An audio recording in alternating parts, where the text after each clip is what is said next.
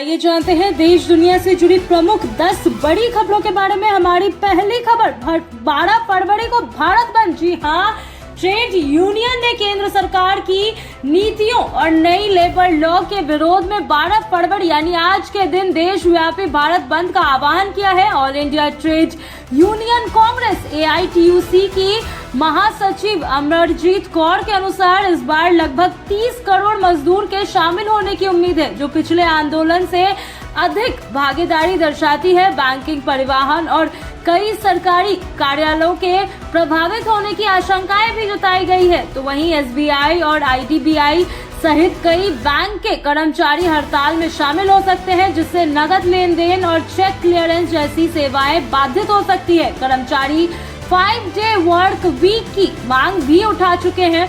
संयुक्त किसान मोर्चा SKM ने भारत अमेरिका अंतरिम व्यापार समझौता के विरोध में इस बंद का समर्थन किए हैं, जबकि trade union coordination centre TUCC ने इसे अव्यावहारिक बताते हुए दूरी बना ली है। तो वहीं स्कूल और कॉलेज की स्थिति स्थानीय प्रशासन के निर्देशों पर निर्भर करती है।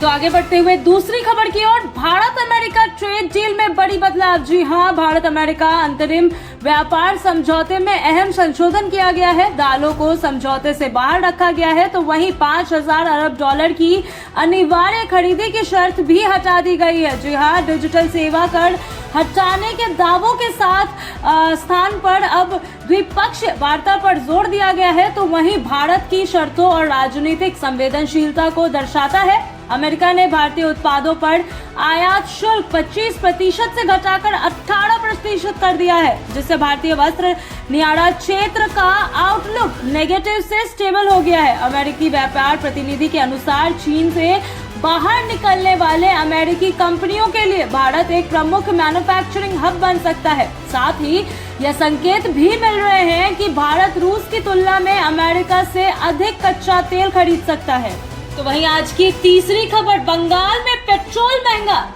से लेकर GST पर स्पष्टीकरण और बजट में बड़े आंकड़े के बारे में बताया गया है। जी हां, पश्चिम बंगाल में पेट्रोल की कीमत दिल्ली से लगभग 10 रुपए अधिक होने पर वित्त मंत्री ने स्पष्ट किया कि दूध, शिक्षा और इलाज पर 0% GST है तथा अंतिम संस्कार सेवाओं पर GST लगाए जाने की बात पूरी तरीके से झूठी है।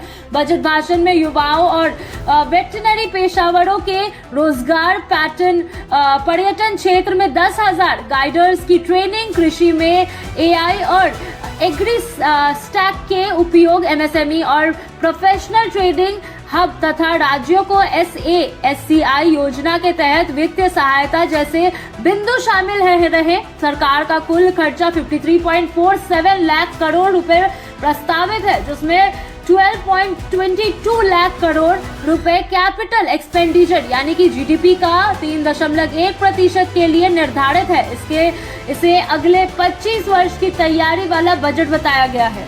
वहीं आज की चौथी खबर है, लोकसभा में ट्रेड डील पर सियासी टकराव। जी हां, लोकसभा में विपक्ष के नेता राहुल गांधी ने आरोप लगाया कि इंडिया US ट्रेड डील के जरिए देश के हितों से समझौता किया गया है और यह सरेंडर जैसा कदम है। उन्होंने कहा कि अब तेल खरीद जैसे फैसले अमेरिका के प्रभाव में हो सकते हैं। इसके जवाब में वित्त मंत्री निर्मला सीतारमण ने कहा कि भारत के हितों से समझौता कांग्रेस सरकार के समय हुआ था और मौजूदा सरकार देश हित में फैसला ले रही है। इस मुद्दे पर सदन में तीखा बहस देखने को मिला। तो चलिए आगे बढ़ते हुए आज की पांचवी खबर की ओर, सोना चांदी में तेज उछाल। जी हां, कीमती धातु की कीमतों में जोरदार तेजी दर्ज की गई है। चांदी की कीमत एक दिन में 7,349 से बढ़कर 2.57 लाख प्रति किलो पहुंच गई है, जबकि 3 दिनों में इसमें 21,520 की बढ़ोतरी दर्ज की गई है। सोना भी 1,067 से बढ़कर 1.57 यानी कि 1.57 लाख पर पहुंच गया है। विशेषज्ञों के अनुसार वैश्विक अनिश्चितताएं और निवेशकों की सुरक्षित निवेश की मांग इसका प्रमुख कारण है। तो वहीं आगे बढ़ते हैं छठवीं खबर की ओर, देश में 24 लाख ITR 90 दिन से लंबित। जी हां, देश में 24 लाख आयकर रिटर्न 90 दिनों से अधिक समय से लंबित है, जिससे करदाताओं और रिफंड अटका हुआ है। वित्त राज्य मंत्री पंकज चौधरी ने संसद में बताया कि अब तक 8.80 करोड़ ITR दाखिल किए जा चुके हैं।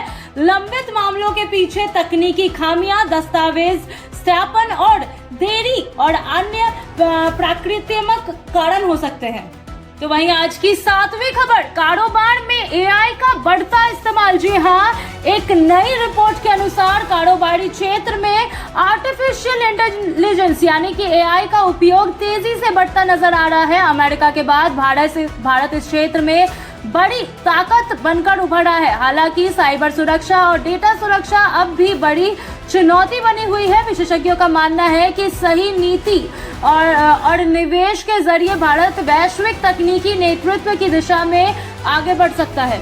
तो वहीं आज की 8वीं खबर, विजन 2047 की ओर AI का बड़ा कदम। जी हाँ, भारत विजन 2047 के लक्ष्य को ध्यान में रखते हुए आर्टिफिशियल इंटेलिजेंस यानी AI के क्षेत्र में तेजी से आगे बढ़ रहा है। सरकार और निजी क्षेत्र मिलकर AI आधारित नवाचार, डिजिटल इंफ्रास्ट्रक्चर और स्टार्टअप इकोसिस्टम को मजबूत कर रहा है। विभिन्न सेक्टर जैसे कृषि, स्वास्थ्य, शिक्षा, राज्य रक्षा और मैन्युफैक्चरिंग में AI का उपयोग बढ़ा है, जिससे उत्पादक और पारदर्शिता में सुधार हुआ है।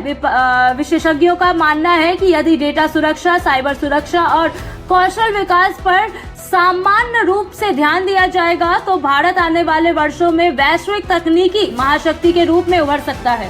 तो वहीं आज की 9वीं खबर, राहुल गांधी के आरोपों पर हरदीप सिंह पुरी का जवाब सामने आया है। जी हाँ, केंद्रीय मंत्री हरदीप सिंह पुरी ने राहुल गांधी द्वारा लगाए गए आरोपों पर प्रतिक्रिया देते हुए स्वीकार किया कि उनकी जेफरी एप्स्टीन से 3 या 4 बार मुलाकात हुई थी। उन्होंने स्पष्ट किया कि यह मुलाकात पूरी तरह पेशेवर थी और किसी भी तरह का निजी या आपराधिक संबंध नहीं था।